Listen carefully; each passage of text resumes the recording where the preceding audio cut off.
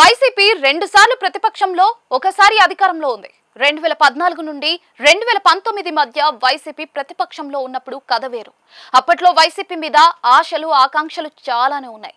జగన్ వైఎస్ఆర్ వారసుడిగా కంటికి కనిపిస్తూ ఉన్నారు. ఆయన అధికారంలోకి వస్తే ఎలా పాలిస్తారు అన్నది జనంలో ఉత్సుకత ఉండేది. దాంతోనే 2014లో త్రుటిలో తప్పిన అధికారాన్ని 2019లో జనాలు 151 సీట్లతో కట్టబెట్టారు. ఆనాడు టీడీపీ ప్రభుత్వం పట్ల వ్యతిరేకత కాస్త వైసీపీకి 100% టర్న్ అయింది. ఎందుకంటే వైసీపీ ఎప్పుడూ కూడా అధికారంలో లేదు కనుక. కానీ 2024 తర్వాత నుంచి వైసీపీ ప్రతిపక్ష పాత్ర భిన్నంగా ఉంది అని అంటూ ఉన్నారు. వైసీపీ 2019 నుంచి 2024 మధ్యలో అధికారంలో ఉంది. దాంతో వైసీపీ ప్రభుత్వం వల్ల లబ్ధి పొందిన సంక్షేమ వర్గాలు ఉంటే ఇబ్బంది పడిన వర్గాలు కూడా ఉన్నాయి. అలాగే ప్రభుత్వ విధానాలు ప్రాధాన్యతలు నచ్చని వర్గాలు కూడా దూరం జరిగాయి. ఈ వర్గాలన్నీ కూడా 2024 ఎన్నికల్లో టీడీపీ కూటమికి జైకొట్టాయి. అయితే వైసీపీ ఓటమి పొంది 2 ఏళ్ల పైచిలుకు అయింది. కానీ ఓటమి నుంచి పాఠాలు నేర్చుకుందా అన్నది ఒక అతిపెద్ద ప్రశ్న. అంతేకాదు నిజాయితీగా ఆత్మ విమర్శ చేసుకుందా అన్నది మరో ప్రశ్న. నిజానికి వైసీపీ మాత్రమే కాదు, ఏ రాజకీయ పార్టీ అయినా చేయాల్సిందేదే.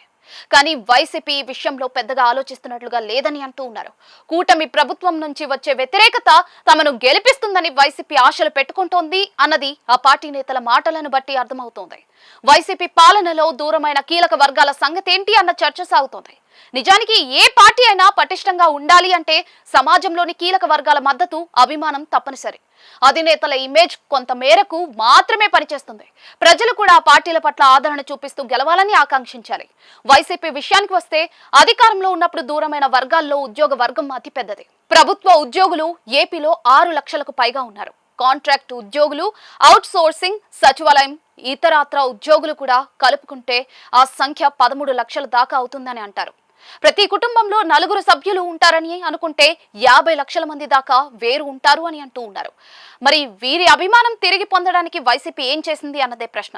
వైసీపీకి ఉద్యోగ వర్గాలు దూరంగానే ఈ రోజుకి ఉంటున్నారు అన్న విశ్లేషణలు ఉన్నాయి. అంతేకాదు కార్మిక వర్గం సైతం వైసీపీ ఏలుబడిలో ఇబ్బంది పడింది అని అంటారు.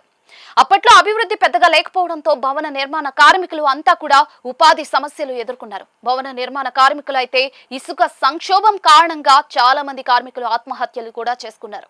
అలా వారంతా గుర్రుగా ఉండి 2024 ఎన్నికల్లో వ్యతిరేకంగా ఓటు వేశారు.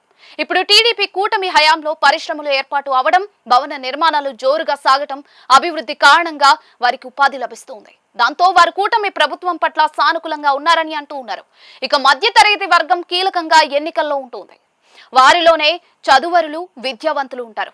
వారు నోటితో చేసే ప్రచారమే ఏ పార్టీకైనా అనుకూలమవుతుంది, అలాగే వ్యతిరేకం కూడా అవుతుంది. ముఖ్యంగా మధ్యతరగతి వర్గం ఎప్పుడూ అభివృద్ధి, ఆర్థిక స్థిరత్వం కోరుకుంటుంది. అమరావతి రాజధాని విషయంతో పాటు అభివృద్ధిలో వైసీపీ కంటే కూటమి మేలు అని ఈ వర్గం భావిస్తోంది.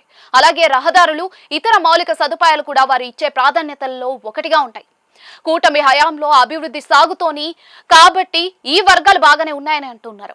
ఇక ఏపీలో మొత్తం ఓటర్లు దాదాపుగా 4 కోట్లకు దగ్గరలో అటు ఇటుగా ఉంటే వారిలో సగానికి పైగా మహిళా ఓటర్లే ఉంటారు. వీరి విషయంలో కూటమి అధికారంలోకి వచ్చిన దగ్గర నుంచి శ్రద్ధ చూపిస్తూ ఉంది. మహిళలకు ఉచిత బస్సు సదుపాయం కల్పించడం, ఉచిత గ్యాస్ సిలిండర్లు ఇవ్వటం, ఇంట్లో ఎంతమంది ఉంటే అందరికీ తల్లికి వందనం పథకం అమలు చేయడం ద్వారా కూటమి ప్రభుత్వం వీరి అభిమానాన్ని చూరగొంటోంది.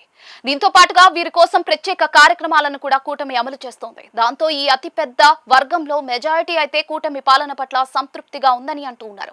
మరి ఈ వర్గాలన్నీ వైసీపీకి ఈ రోజుకి దూరంగా ఉంటే వారికి దగ్గర చేసుకోవటం మీద శ్రద్ధ చూపించకుండా మేమే గెలిచేస్తామంటే ఎలా అన్న ప్రశ్నలు కూడా వస్తూ ఉన్నాయి.